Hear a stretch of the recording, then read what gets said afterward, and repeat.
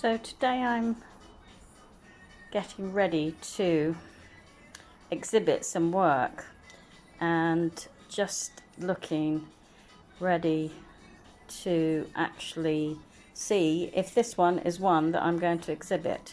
So as I walk round, I'm umming and ahhing about whether I'm going to put this one in because I don't know if it's really finished. So as an artist, we always have about 8 things on the go all at the same time. We start one, we leave it, then we come back to it, and then we go again. So this has got collage in it and also painted, but also these lovely rich backgrounds.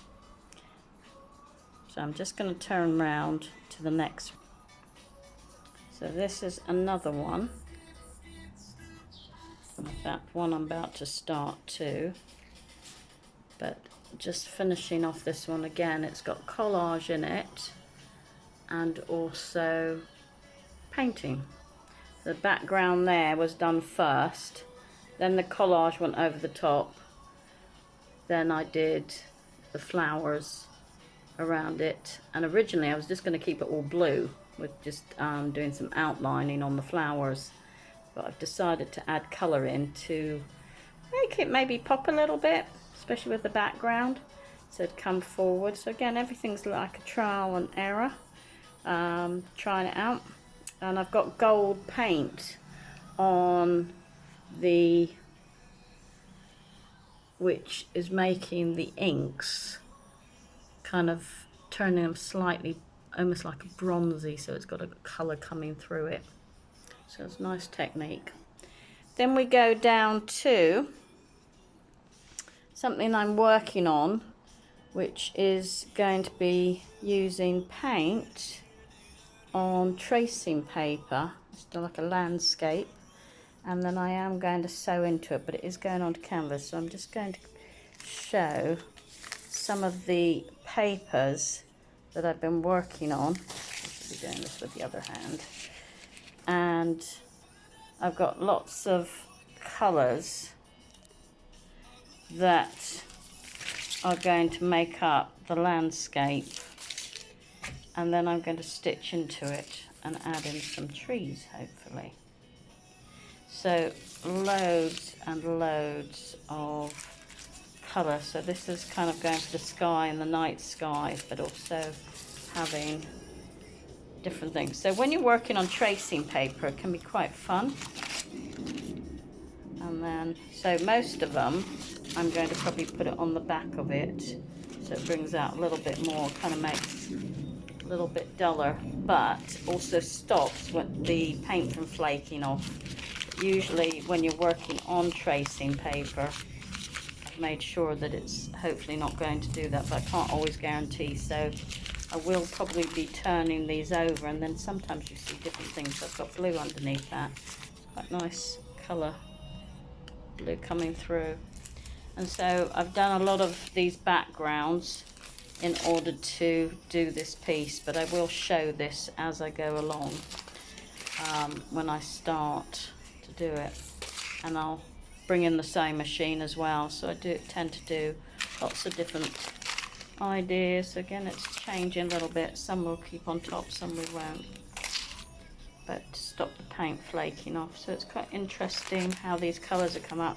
And the reason I've got all these is, as you know, I teach, and a lot of it's the students haven't put the paint away, so I've just taken it from the palettes, and I thought, right, instead of wasting it, we will do something with the actual papers and put it onto tracing paper. And I love it. I love the whole idea of using tracing paper. Just gives another, you know, it's not so hard to use. And when I start putting it through the sewing machine, then we'll see what happens. If I'm going to put it through the sewing machine, I need to back it with some fabric. So when I come to do that, I will hopefully do a demo on that. But at the same time, this, the idea of the design that I'm doing is this idea. So all this is going to be landscaped and behind, and then I'm going to stitch into it. We'll decide if the sky is going to be painted or not.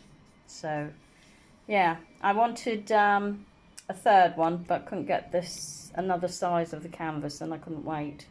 So that is what we're working on. And then the next painting is this one, which, oh, I've been working on this a long time. So this started, I loved the paper, and the paper was, in fact, I found it in the bin. One of the students had made something, didn't like it, and chucked it in the bin, which I don't tend to allow anything to be thrown away. And I've taken the paper, stuck it onto canvas, and then I keep adding. But I would like to do something with it, which is what I'm putting into the exhibition.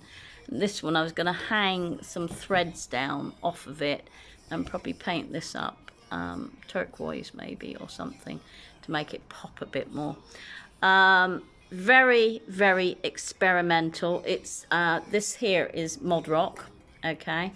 I was messing around doing something, and I thought, oh, I like that, but I don't know what I'm going to use it for, so I just stuck it on the canvas. So it's quite experimental, quite, oh, I don't know. It's a piece of artwork. So sometimes when you are doing a piece of artwork and you have no idea really what you're doing with it, and what I tend to do is I will put something at the side, and then I will come back to it and do it in that way, and come back, and I'll keep coming back, and I'll keep looking at it, and I've got it in my living room. So every time if an idea comes to mind, I suddenly thought, oh, that would be a nice idea, that would be a nice idea. I've had mountains of ideas for this piece, to actually add some birds. Don't know where that's come from, but I don't know. I like birds, so I'm still umming and ahhing. I may make it just very abstract with some threads coming through and wools and stuff hanging off of these two bits here, and do them sort of different, and I just have something a little bit different.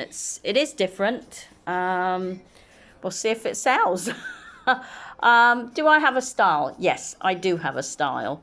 My style is when you start looking at my designs. So my designs are based on my artworks and on photography. So this is sort of what I do.